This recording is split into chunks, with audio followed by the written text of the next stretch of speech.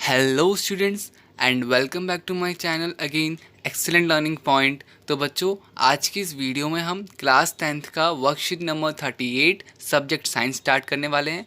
क्या है बच्चों, आज हमारा topic carbonates compound allotropes of carbons. ठीक है बच्चों, ये एलोट्रॉप्स ऑफ कार्बन क्या होते हैं बच्चों? तो वो वैसे एलिमेंट जिनका फिजिकल प्रॉपर्टी क्या होता है डिफरेंट होता है, बट केमिकल प्रॉपर्टी क्या होता है बच्चों, सेम होता है।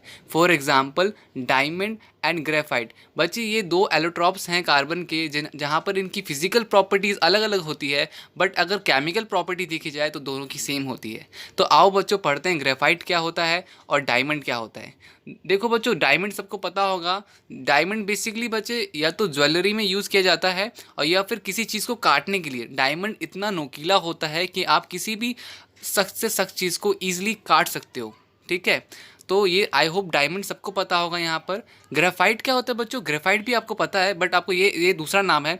आपने अपनी पेंसिल देखी होगी बच्चों, पेंसिल के जो लीड होती है ना सबसे नीचे में, वो उसके लिए ग्रेफाइट यूज़ होता है बेसिकली। ठीक है, तो आ जाओ बच्चों पढ़ते हैं क्या है ग्रेफाइट। तो स्ट्रक्चर क्या है? तो hexagonal array is placed in layer one above the other. तो बच्चों एक दूसरे के ऊपर कौन से हेक्सागन एरेज होते हैं। ठीक है, इसमें क्या होता है बच्चों, डायमंड में 3 डायमेंशनल हार्ड स्ट्रक्चर। ठीक है, इसमें कैसा स्ट्रक्चर होता है बच्चों? 3D होता है, हार्ड स्ट्रक्चर होता है और वो भी 3D होता है।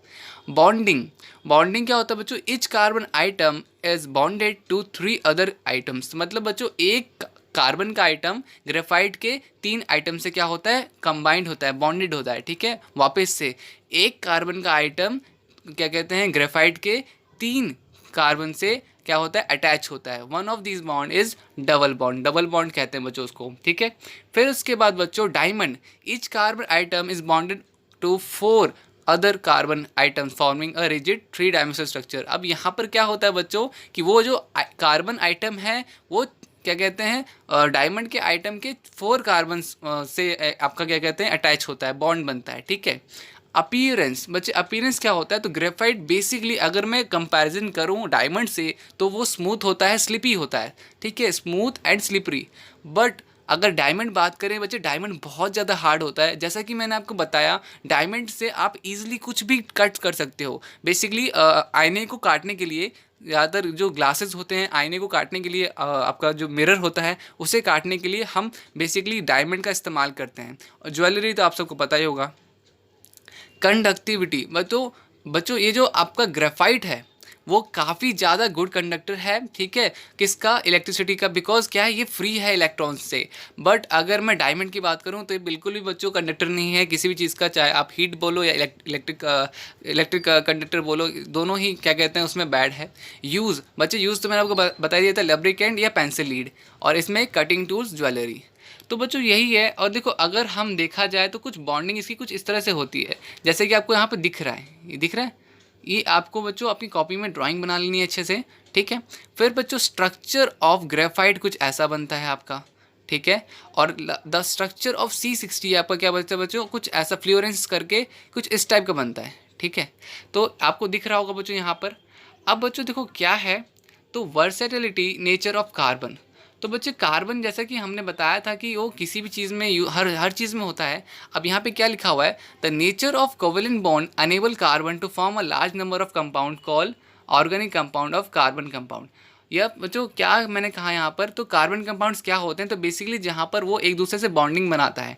तो अब यहाँ पे कैटेनेशन क्या होता है बच्चे? तो carbon has unique ability to form bond with other atom, carbon giving rise large molecules, this property is called catenation. तो बच्चे कार्बन के पास एक यूनिक एबिलिटी है कि वो किसी भी एलिमेंट के साथ, सब्सटेंस के साथ बॉन्ड बना सकता है, उसे क्या कहते हैं? कैटेनेशन कहते हैं।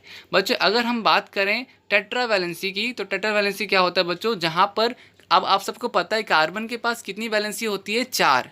ठीक है, it can bond with 4 carbon atoms, monovalent items, oxygen, hydrogen, nitrogen, sulphur. कहने का मतलब है बच्चे कि यहाँ पर हम 4 इलेक्ट्रॉन से 4 आइटम से कार्बन के बॉन्डिंग बना सकते हैं। तो ये कुछ बच्चों यहाँ पर मीनिंग लिखे हुए थे। ठीक है, और ये सारा का सारा बच्चों यहाँ पर आपके कार्बन के बारे में है अगेन।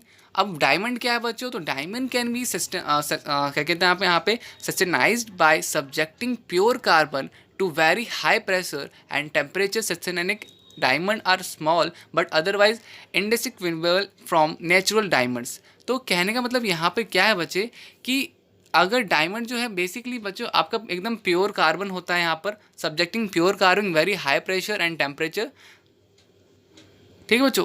तो देखो बच्चों, और बाकी सारी चीज़ें बच्चों डायमंड वगैरह फ्लोरेंस क्या है, बाकी सारी चीज़ें आपको क्वेश्चन आंसर्स में कवर हो जाएंगी, तो आप चिंता मत करना। बिना किसी टाइम वेस्ट किए बच्चों क्वेश्चन आंसर्स करते हैं हम।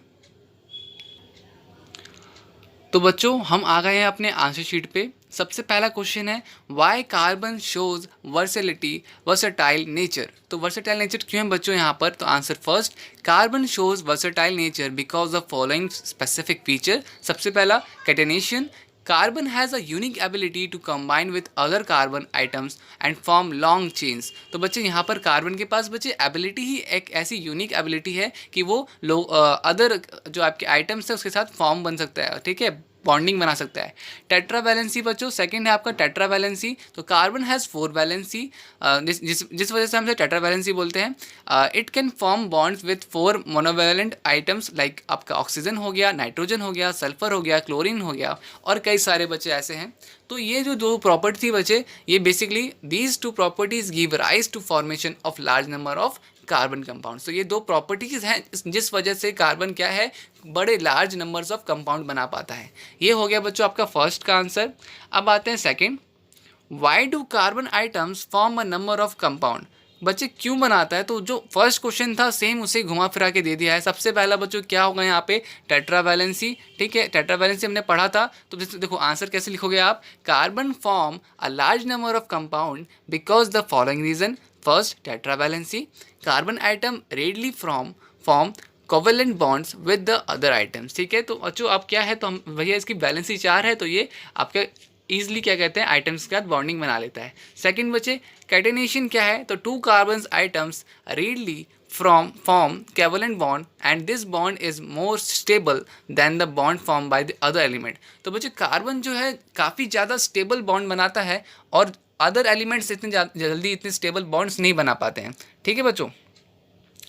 अब देखो यहाँ पर क्या है, question number third, what is the minimum number of carbon atom is fullest and what it is safe.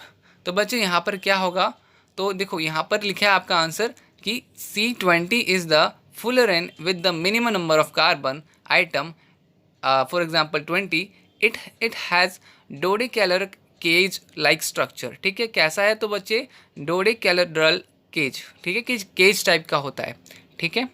फिर उसके बाद बच्चों आपका लास्ट क्वेश्चन है कि a boy sharpen the pencil at both the end and connect them to the poles of a battery, will the current flow through the circuit, give reason.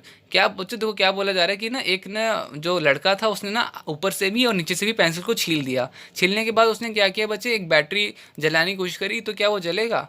तो बच्चे यहाँ पर क्या होगा, graphite is making lead in pencil and graphite is good conductor of electricity, therefore the current will pass through the circuit. तो बच्चे answer का क्या होगा, यस। पहली बात तो आंसर क्या होगा इसका कि यस, आप लिख देना यस, पहले इसे यहाँ क्या लिख देना, यस लिख देना कि yes graphite is making lead in pencil and graphite is a good conductor of electricity, therefore the current will pass through the circuit. तो ये था बच्चों आपके पूरे के पूरे आज के क्वेश्चन आंसर्स। उम्मीद करता हूँ बच्चों आपको सारे क्वेश्चन आंसर समझ में आए होंगे। अगर बच्चों वीडियो आपको अच्छी लगी तो प्लीज़ वीडियो को लाइक शेयर कमेंट ज़रूर करिएगा एंड मोस्ट इंपॉर्टेंट बच्चों सब्सक्राइब ज़रूर करना। काफ़ी सारे बच्चों को ये लगता है कि बच्चों सब्सक्राइब करने से आपके पैसे कट जाएंगे, ऐसा कुछ भी नहीं है। मैं उन बच्चों को ये बता रहा हूँ, ठीक है। और बच्चों साइड में जो बेल आइकन है उसको भी प्रेस कर देना। इससे बस आपका एक ही फ़ायदा है कि जब भी मैं ऐसी वीडियोज़ नेक्स्ट टाइम निकालूंगा तो आपके पास तुरंत नोटिफिकेशन आ जाएगा और आपको मेरे चैनल को बार बार जाके देखना नहीं पड़ेगा कि भैया ने वीडियो निकाली कि नहीं निकाली। तो आपको उसकी टेंशन ही नहीं होगी, आपके फ़ोन में तुरंत मैसेज आ जाएगा जब भी मैं न्यू वीडियो निकालूंगा, ठीक है। तो आज की वीडियो में इतना ही, बाकी मिलते हैं नेक्स्ट वीडियो में, तब तक के लिए बाय बाय।